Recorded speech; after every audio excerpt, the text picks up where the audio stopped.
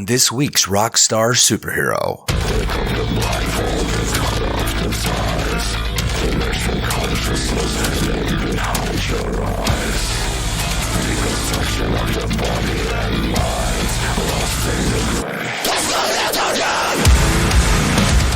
Vojta Pačesný is such a kind and interesting guy.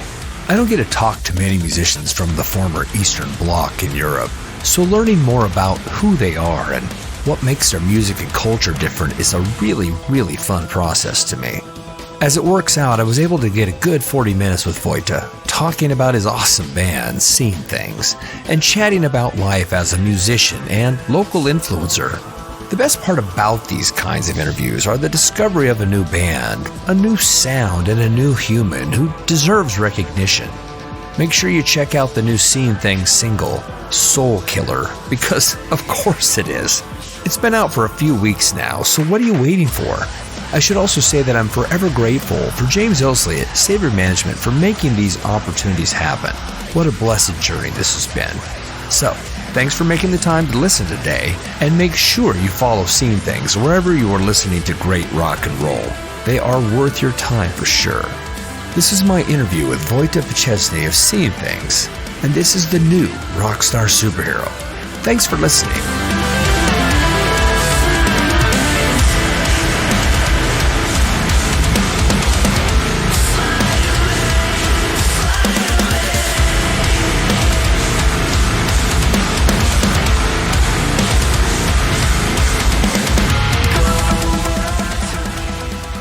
Thanks for being here and, taking time out of your Czech Republic day. Oh, yeah, no problem. I'm kind of sick at the moment, actually, so I have a pretty free schedule. Okay. Well, I'm sorry to hear that, but if it's any consolation, and I'm not trying to trump you, but I'm not feeling too well this morning, so we'll both cough and gasp, and if our audience wonders why those strange edits are happening, it's probably because one of us had to use the restroom or something silly. Yeah, okay. So Seeing Things is obviously the band.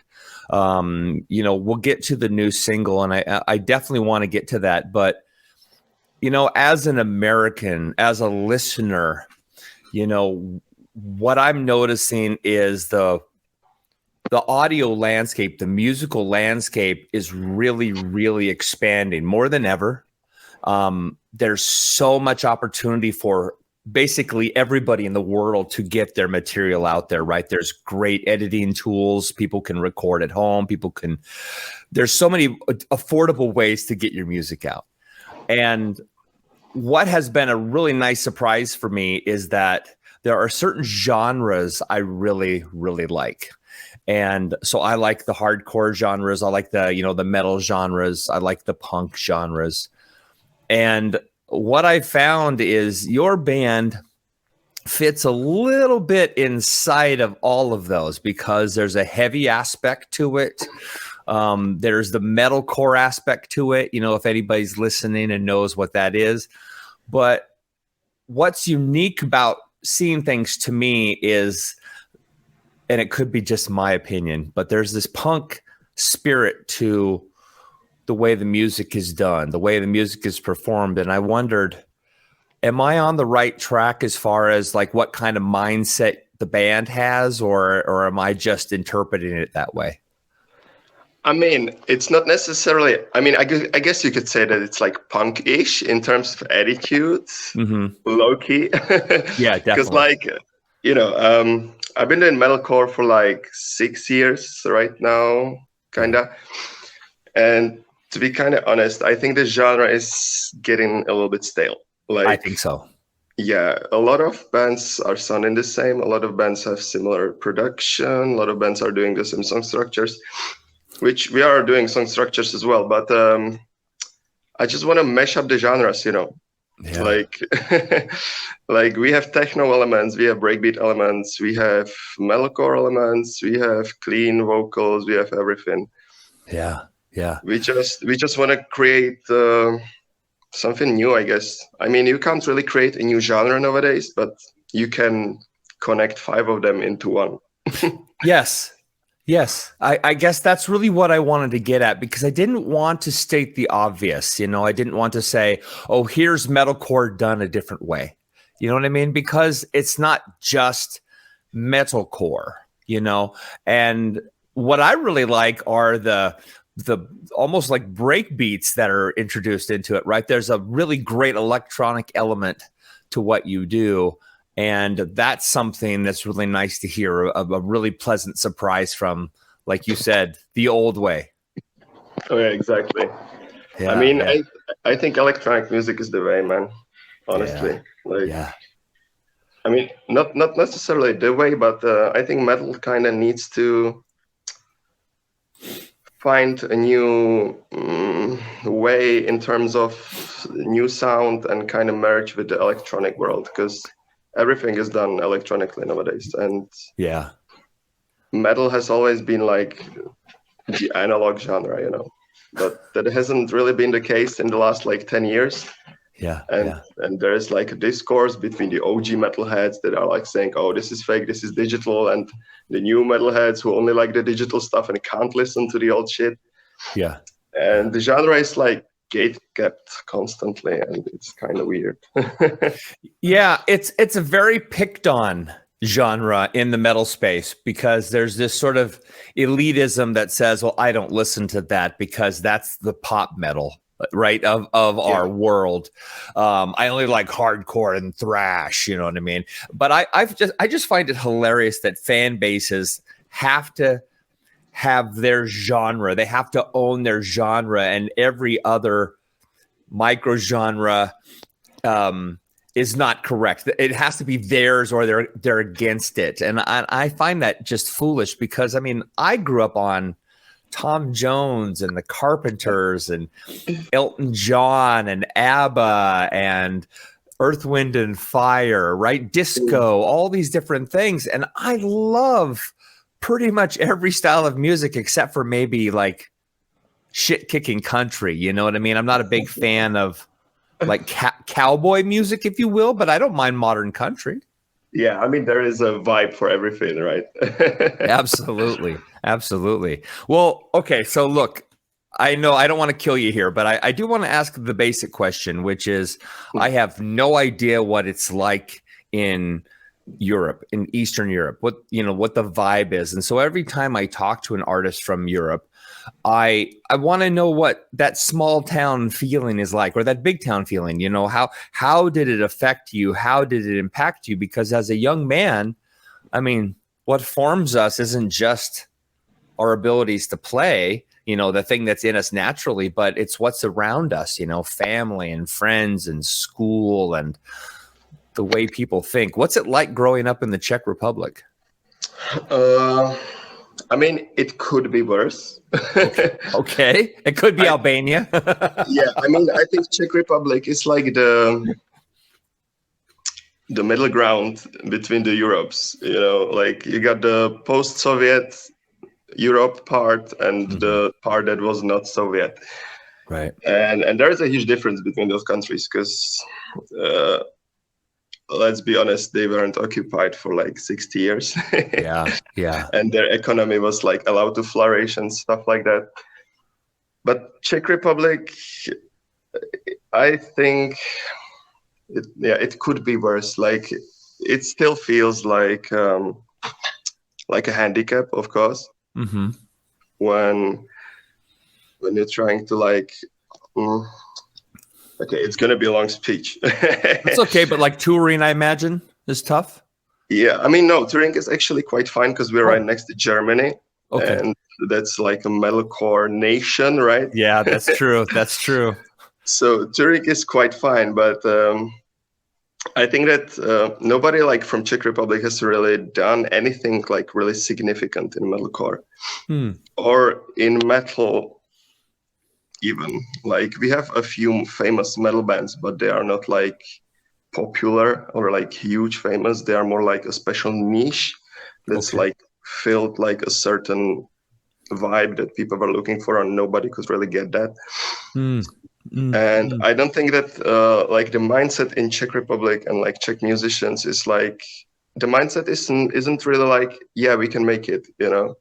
It's like, yeah, let's have a band and have fun and just play a few shows around some pubs, and then maybe break up after 10 years. But not like Dirty Shirt from Romania is, I think, a great example of what you're talking about. They've been around forever, but if you don't know about that band or don't live in that part of the world, chances are you don't have a clue they even exist. Oh, there's so many bands in Czech Republic that have been playing like for 20 years. They have vocals in English, and they are like trying to get into the Western like music sphere, you know, and nobody like gives a fuck, and then they break up. Right. Well, and so like new musicians don't really even have like a role model that they can kind of look up to. Like if you're Swedish, you have a gazillion melodic metal bands, melodic death metal bands, for example, that like are the biggest in the genre, and there's a shit ton of metalcore bands as well. I'm sorry, can I swear? You can. You clearly you can. You've already made that choice, but that's fine. No, this is an unedited podcast. You can say what you want, buddy. Okay. So yeah, so that's why I feel like Czech Republic is kind of like handicapped in these terms. Yeah. And also there's like no labels, there is no managers, there is no agents for metal. So you just gotta break out to Germany or to America or whatever is the best, like whoever wants you, you know? Yeah. And we've been lucky enough that like Germany, UK, and America wants us. So yeah. Well, I think it's because, and again, this is just my opinion. And I don't want to slight. I know I started this whole thing out kind of annoying my listeners by talking about metalcore exclusively as though everybody in the world knows it. But that style of music, like I said earlier, does tend to get frowned upon at times because, like you mentioned, it feels like it's the Pop-Tart version of traditional old school metal.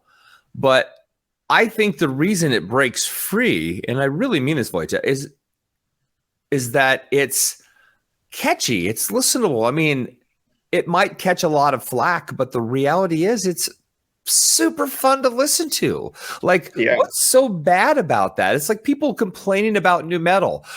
You know, okay, 25 years ago, new metal was on its way up, right? You had Korn and you had Limp Bizkit, and then there was a pop resurgence and people started poo-pooing new metal and saying how stupid it was. And here we are 20 years later, Korn is one of the biggest bands in the world.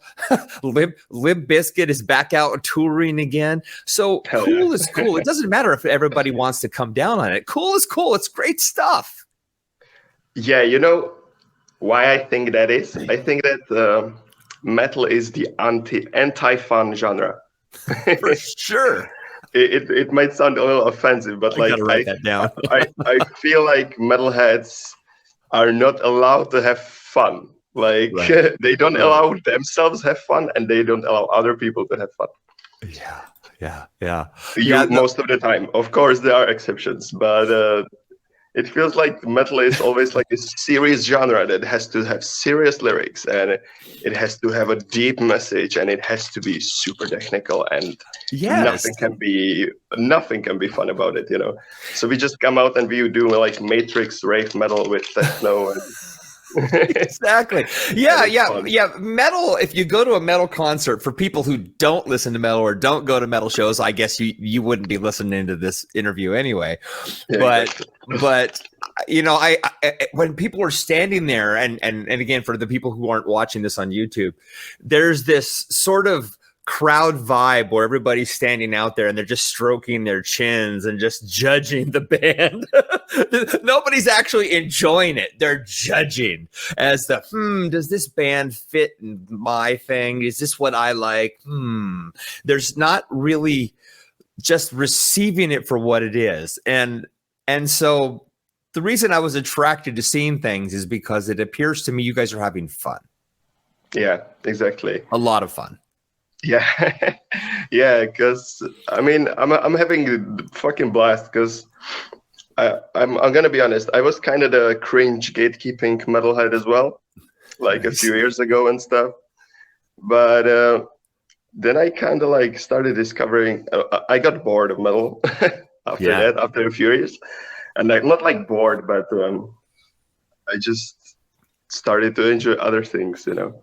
Mm-hmm. And right now I'm like listening to all sorts of different genres and stuff, and I'm like, yo, this basically sounds like metal, but there's no guitars, but like the point of the music is the same. It's like heavy, impactful, and emotional. And why don't I fuse this with metal? That would be cool. Yeah. There's a band from Germany called Future Palace. I'm not sure if you know who they are, but they're a trio, and they play with electronics, and they have backing tracks, and so it's drums. I think it's drums, guitar, and a vocalist, and that's it. I mean, and the vocalist is just a vocalist, so it's everything else. All that tone is coming from backing tracks, but they are very much like what you're talking about. There's this anti-current wave thing going on with them, and they just want to be pure to who they are, and I guess maybe that's the theme of this whole thing, is just doing what you do because that's what you do, and the audience discovers you and falls in love with you. And we talk today because I hear this freaking killer song that I can't wait to meet the guy who wrote it. Hell yeah. Yeah. Can we talk about? Oh, go ahead. Oh yeah, I just wanted to expand upon the genre meshing. Like, it's quite difficult to find a good balance. And this is gonna be weird, but do you know techno? The genre techno? Yeah, that's what the drop in the song is. Mm-hmm. Techno is sonically much more powerful than metal. It's so funny that we have the drop in the song. And when we originally mastered the song, the drop was 10 times punchier than the entire song.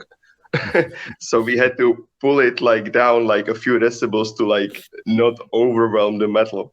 And it's quite funny because metalheads think that their genre is the hardest, but not anymore.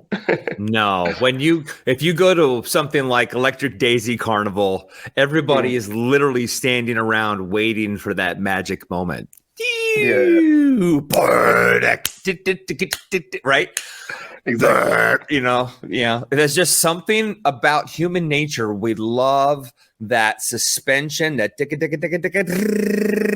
then I don't know why, but man, we all love it too, and we all respond to it. You could be a mile away in a porta potty. Yeah, exactly. And the moment that drop happens, you're in there going, yeah, and your head is moving. Hell yeah. It's hilarious. Oh my God, this is the weirdest intro and interview I've done yet. Doesn't matter. That's what we're all about in it. Yeah, brother. I'm also I am not sleeping well, and I took some sleeping medicine last night, and so I'm a little loopy still. So if everybody wonders why I'm all over the place, I apologize for being a little under the influence at the moment. I want to talk about the new single. I want to make sure we hit on that because I'm deeply fascinated by the human, but we are here to talk about the new record, to promote that, Soulkiller. Man, so I want to say this. Some obvious words are going to come out of my mouth here, but I just want to say it before we get going about it. I think it's a perfect example, I believe, of what you do. And look, you're new to me. Right? I discovered you through your management, through your production promo teams.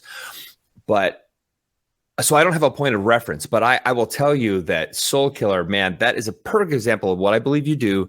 And you have found a way to combine super dirty metal sounds again with that technology, that the techno, the drops, and on this piece, you even have a guitar solo, which is unheard of nowadays. Nobody puts guitar solos in songs. It's not the late 80s anymore, but you guys are like, no, we're gonna squeeze something in. So one, am I on the right path with this? I mean, are you trying to sort of reinvent the genre while keeping it sort of firmly metalcore, or how are you looking to expand the sound, and what's the story behind the song? Okay, so first, story behind the song, and then I'll try to explain what we're gonna try to do in the future. Cool. This song originally was like a metalcore song, like a basic metalcore song. we got bored of it. We were like, okay, this isn't cool enough. Like, we should probably try to like make this a less cookie cutter, you could say. And I was really into techno at the time, and I'm still am actually, but we also heard the new Northlane record, which we absolutely loved, and we were like, okay, this might be the way. This might be the way, but we didn't want to do it like Northlane, because they are doing it all analog again. Like the synthesizers he's using, it's all analog, it's all modular, the stuff with the BP cables and stuff like that. Mm-hmm. And I've always done my production in like the super ultra digital style. Like, I think my production is like the most digital stuff you can ever hear in like the current scene, because mm-hmm. I butcher the guitar takes, I edit everything. It's like a robot. Like, there is no human element except the vocals and the solo, which was like a guest feature. Yeah. And I wanted to make it sound like electronic metalcore. So the first thing I did was I smoked a lot of weed, actually. and then I heard the solo and the ending, and I was like, okay, probably a techno drop, let's go. And then I wrote a damn techno drop, and then I was like, okay, let's keep the synths playing, and I kept my guitar, and I like started like randomly chugging, mm-hmm. completely randomly. But it made sense kind of in the end. Yeah. So the ending breakdown is kind of like, it's not 4/4. It's kind of bizarre time signature sometimes. It gets 4/4 in the end, but it's bizarre. And then I tried to like merge the guitar with synthesizers, with the riffs and stuff, which was the biggest battle, because like gluing guitars and synthesized sounds together, it's quite challenging because they don't sound that similar.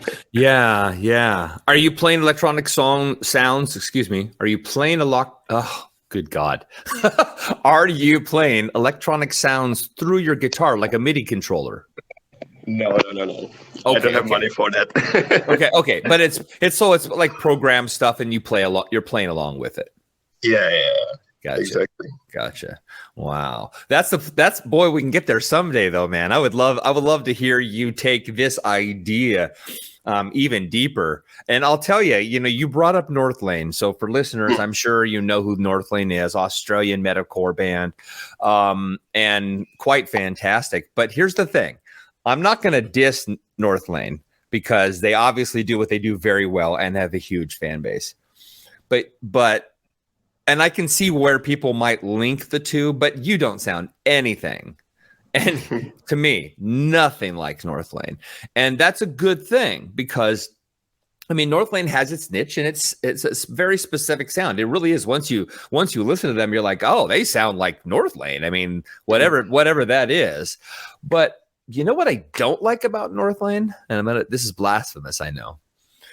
But what I don't like are the hyper repetitive, groovy techno stuff, like the you know what I mean? It's cool, except it's constant. It's like every song has that. Everything is as low as it can be. I mean, it's like they have 8-string guitars just so they can play the bottom note the entire time. And that is cool, but it wears thin like any gimmick. It's so again, it's not a knock to Northlane. I love you guys, I really do, but that's their thing, and it's a gimmick that works really well, but it gets tiring. I, as a performer myself, I want to have music that grooves, but every once in a while surprises me, and that's why I like seeing things. Yeah, like that's our vision as well. Like, exactly. I mean, you pretty much summed up my opinion on the recent Northlane stuff. Like I guess you were talking about the album Obsidian right now. Yes. The newest one. Yeah.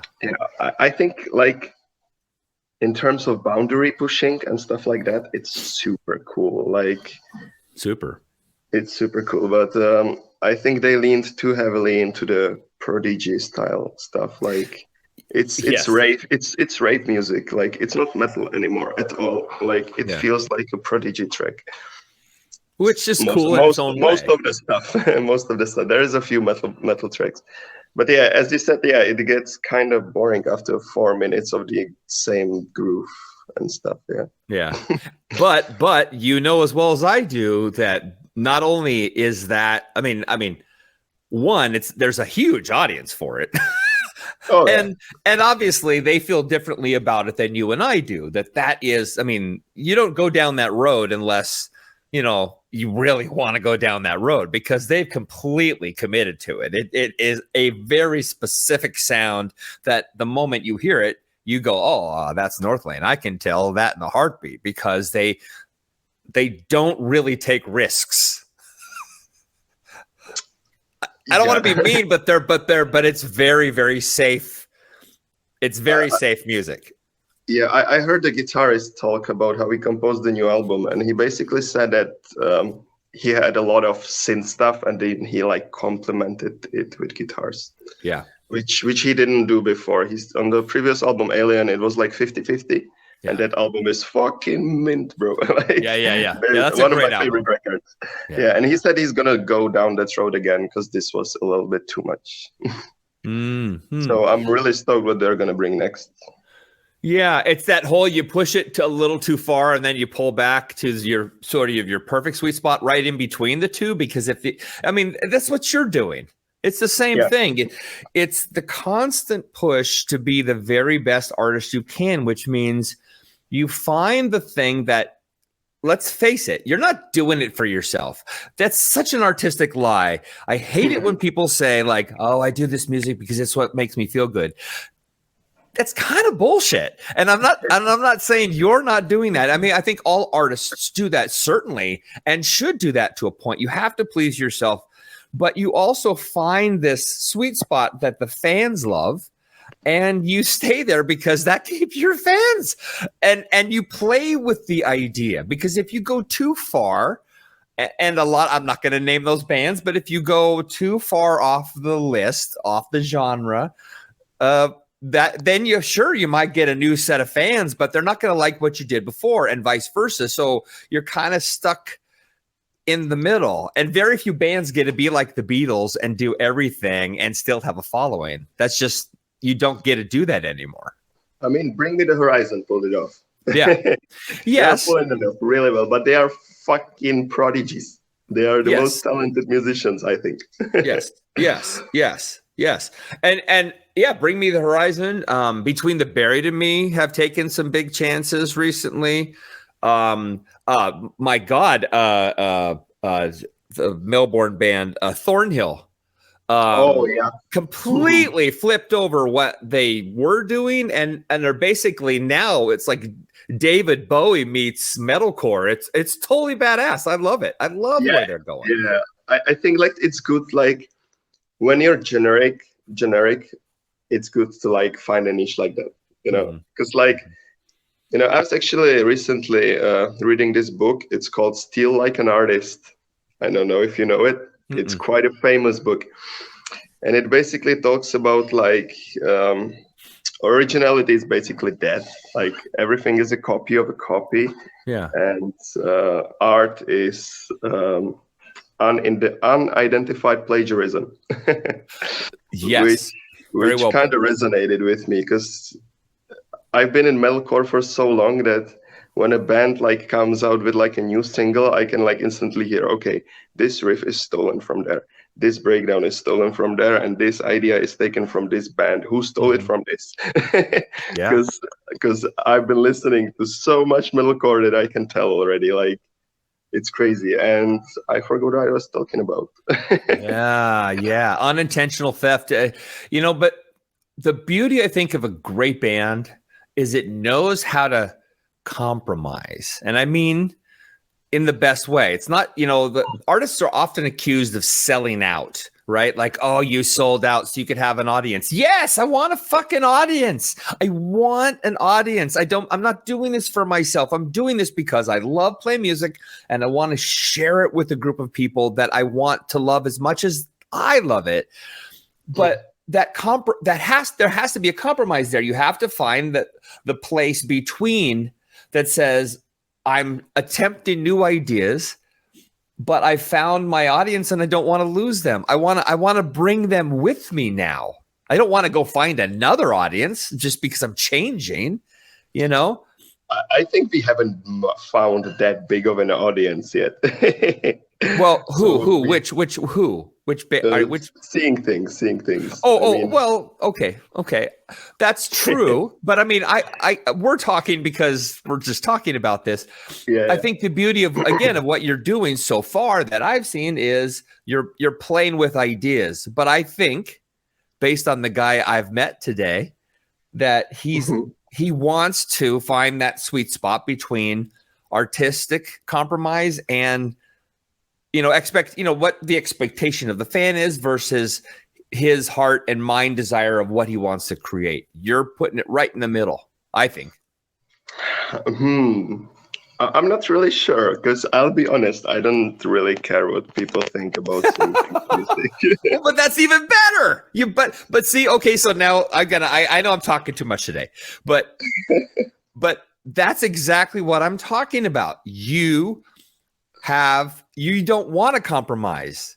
You're making your thing. You're making it how you're making it, and you're finding an audience. Sure, you're not a big, huge. You're not U2. You're not a giant band. I get it. And maybe you want to be. Maybe you don't. Maybe it doesn't matter. But as long as you pick the direction you want to pick, your audience will find you. And I think you're smart enough to know that not only will your audience find you, but you don't want to lose that audience once it's found you. So it's like, how do you play with the ideas and push seeing things, push Vojta forward without losing them? And so that means compromise. You have to find your sweet spot. That's what I'm talking about. You have to compromise so you can be an artist and build a fan base, because you say you don't care, but if you don't have anybody to play to, there's no point in playing. No, okay, I'll be completely honest. I have so many bands right now. I'm in like 4 or 5 bands. I know that's the new thing nowadays too. Everybody's playing with everybody now. Yeah, but I mean, compromise. I think that my like vision is more of a introduce metal people to other genres of music. Yeah. And I've been doing metalcore for a long time, so I can like confidently say that I can do good metalcore. Okay. It might sound a little bit egoistic, but I know I can do good metalcore. I agree. And I want the good metalcore to be a foundation, and then I want to build upon the metalcore. Like, I don't think that we will like completely switch genres to be like garage or like to be a house band or like stuff like that, but there might be a time when like 70% of the song isn't metalcore and then there is a breakdown or something. I don't know. It's gonna come in the future, but yeah, we're still kind of like finding our sound, a little bit. Well, okay, so I know this has been a very technical listen for people who are probably tired of me hitting on the whole metalcore thing. That half of them probably don't even know what metalcore is. but okay, so let me ask you this then. With what I've heard with Soulkiller, I mean, are you working on an album? Because that's something nobody does anymore. Nowadays, people write a single and they release it, and maybe 3 months from now, we hear another single. And that's sort of similar in sound to what you've done before, but there's no album behind it. Do you have an overarching big thing that you're working on, or are you just kind of putting little pieces together and saying eventually I'll have something to compile? Yeah, we have album kind of written out already. Good. There's like we have a lot of songs. We're just finishing up the vocals right now, but I wanted to touch about a single thing. because like many people, I think, don't quite understand why so many bands are like playing this single game right now. Mm-hmm. And to be quite honest, I think it's all caused by the lack of attention in nowadays, like people in the new society, basically. Like there is so much stuff coming at you, like new single there, new album there, new band there. Oh, this band is playing there. Oh, this vocalist did this and was fired. And when you're a small band and you've been working on an album for like a year, you can't just drop it like all the songs at the same time, because you don't have a following that's gonna quite catch on to the album. Yeah. Most people are like, if you're lucky, they're gonna check out a song or two. Yeah. And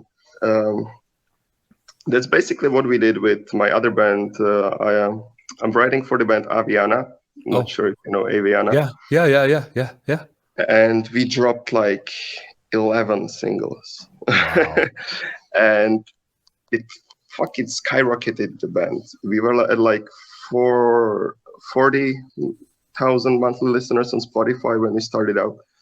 And I think it ended up at like 250,000 ish. Yeah, that's so great. It's because you stay in the mind of people, you know. Like Aviana dropped the single. Holy shit, that's super cool. Okay, I love this single. And then another month from then, oh, another single. Let's go. Oh, bro, have you heard this single? Oh, check out the latest single. And you're doing this for the entire year. And you're constantly in front of all the eyes of people, and everybody's constantly talking about you. Yeah, like Sleep Token. Yeah, they've done the same thing. Yeah, like the entire first album was singles only. Yeah, and I think you kind of need to do that in today's society, because people's attention is so short, and they forget about you if they don't hear about you in like 2 months. Yeah. I mean, I think it has to be really hard. I'm a lot older than you. And I mean, so I grew up in the old way. You go into a studio, you sit down with 2-track Studer, you got 24 channels, you record your parts, you do them until you get them right. There's SMPTE code. There's no tradition, there's no modern click tracks. It's very old school. And so that's the only way I've ever recorded until 2012, when I did my first fully digital recording. I have always run it analog, always recorded drums in a studio. So this modern way of doing things, which of course isn't that new, but it's just so new to a guy like me who looks at everything as this big thing, when nowadays everything is bite-sized, and you have to hit it, and you have to kind of do it right, or people are going to forget you really fast. Yeah. I mean, you kind of nailed it. Yeah, you better be good, right? You better be good. Yeah, you better be good, and you better get in front of people as much as possible, and you can't let them forget about you. You need to constantly remind everyone that you exist, because everybody's going to forget.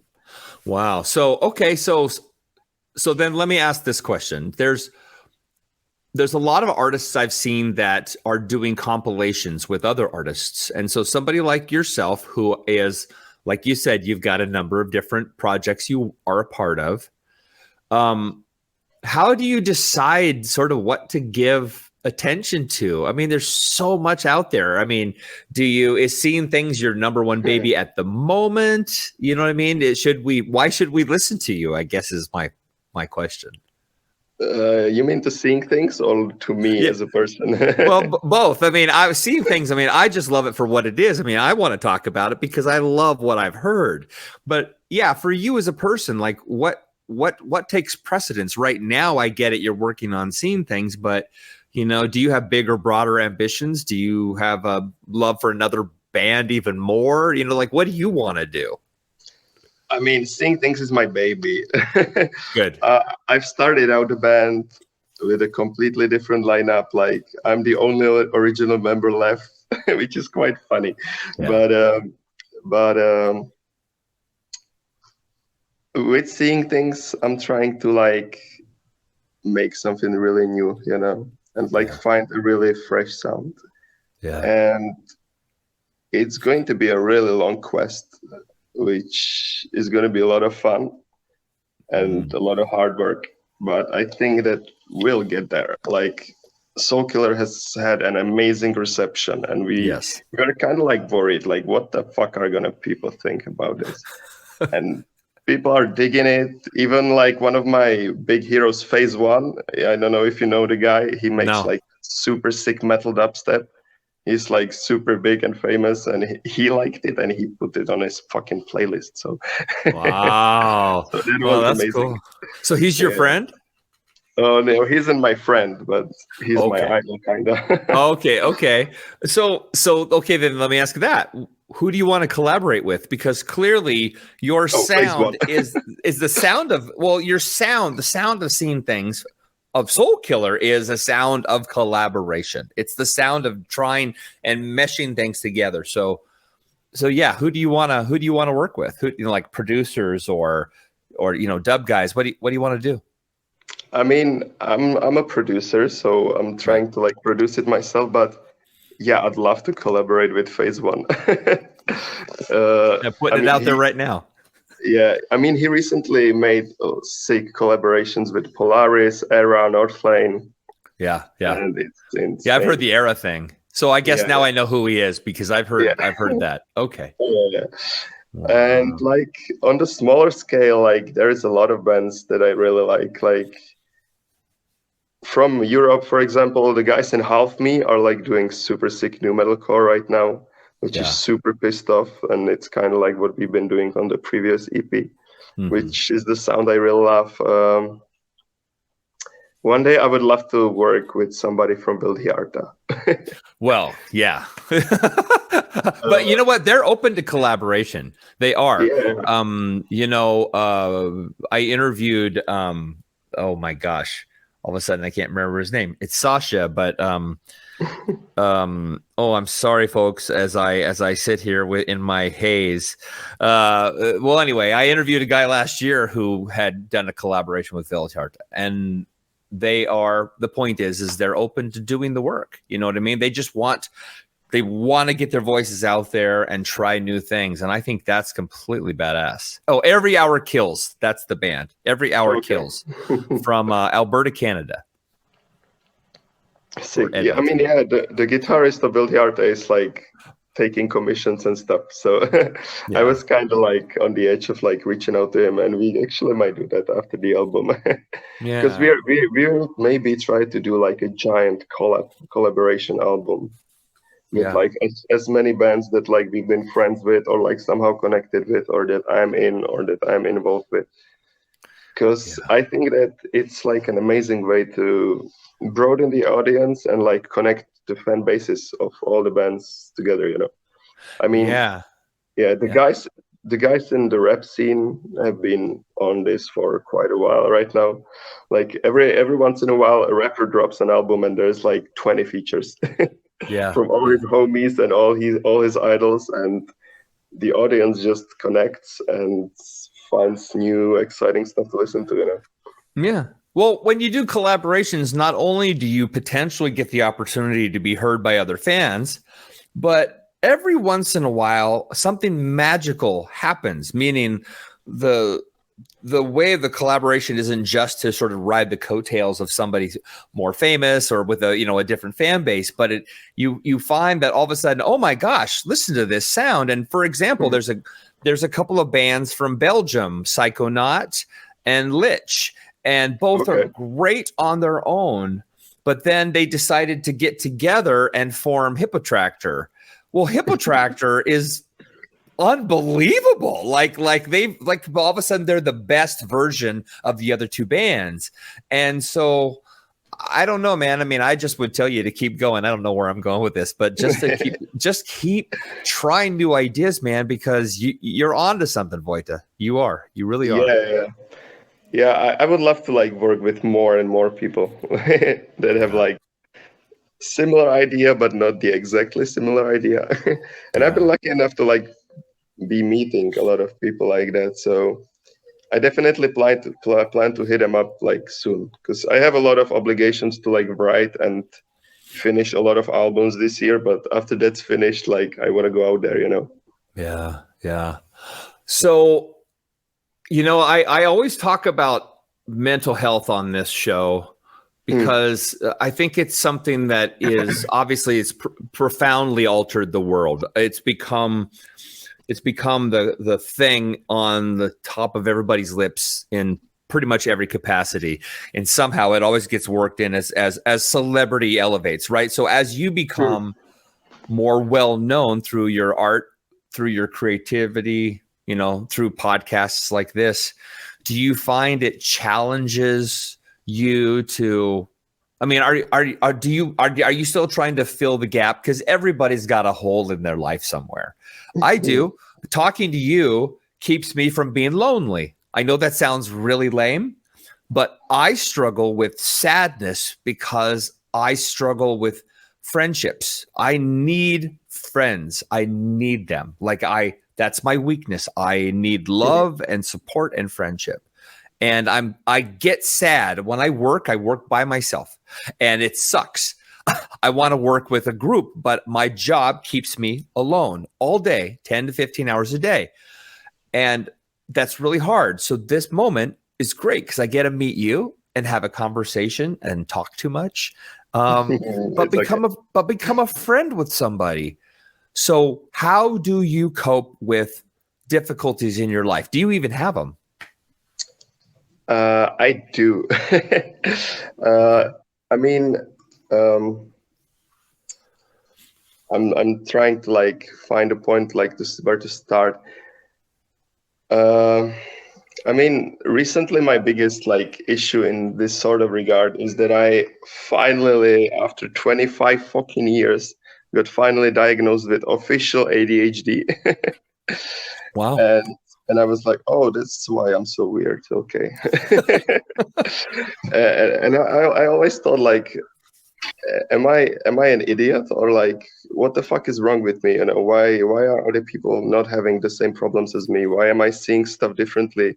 Why am I like seeing different concepts than other people? And now I know why. But to be honest, it's kind of a blessing and a curse, because I think I wouldn't be such a good producer and musician without it. Yeah.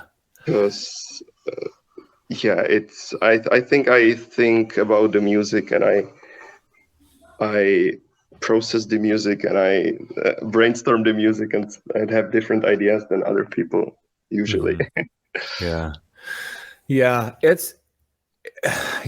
I know this. It's not necessarily much to take off of that. Meaning, like I completely understand.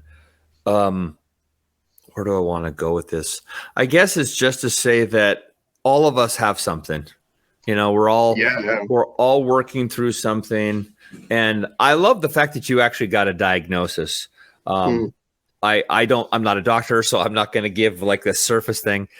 But the guy I've met today seems so refined and capable and confident. You don't come off as somebody who might not be able to stay focused, right? And it just seems to me that you're working on yourself and you're taking really good care of yourself, because I'm talking to a very focused guy who's found a great outlet to share his talents. I mean, dude, you're winning, man.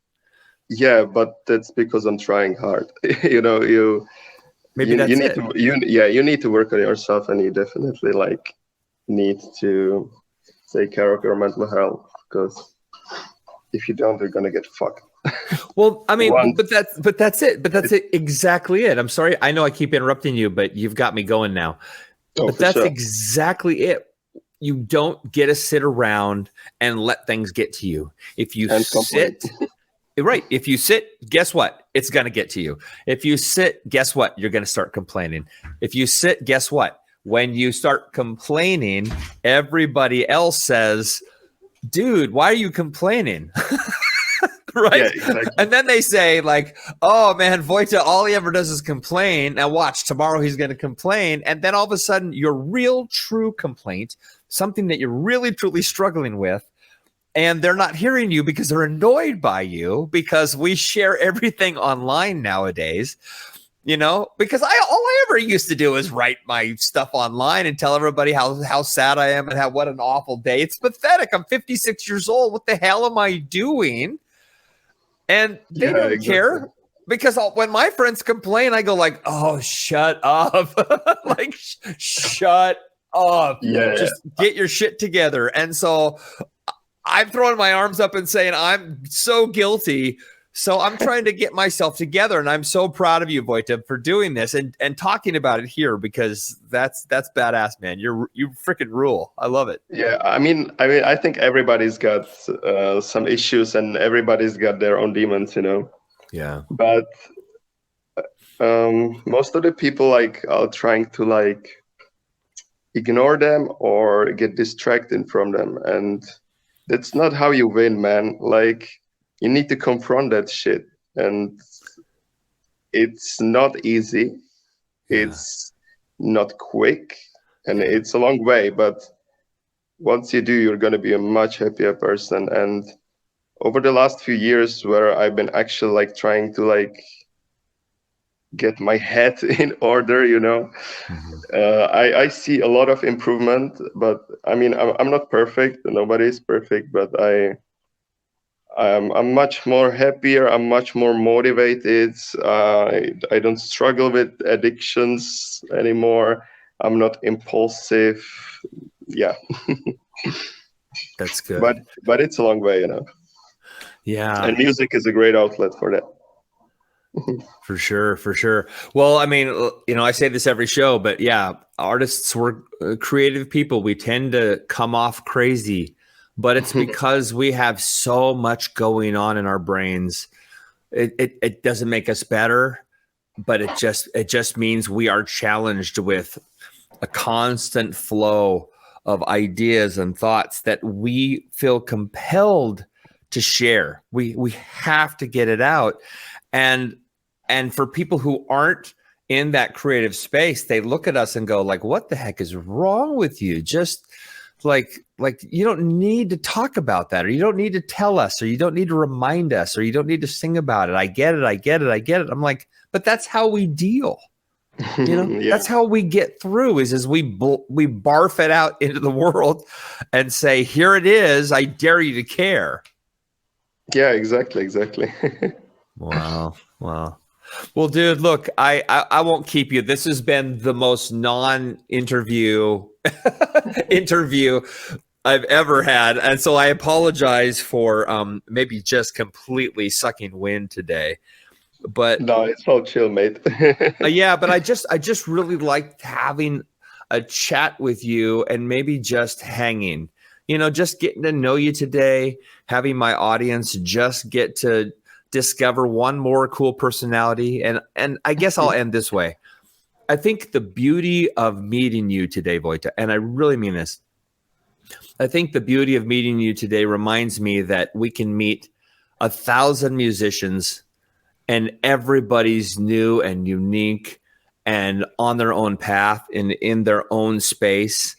And so this whole talk at the top about metalcore and certain types of music and sitting in a genre, it proves that we can all be in one space and yet be in our own space completely individual, completely interesting, because you bring your own juice. So I just want to say I love what you're doing. I love seeing things. And you got your own thing going, brother. And I'm really, really stoked you're in my life.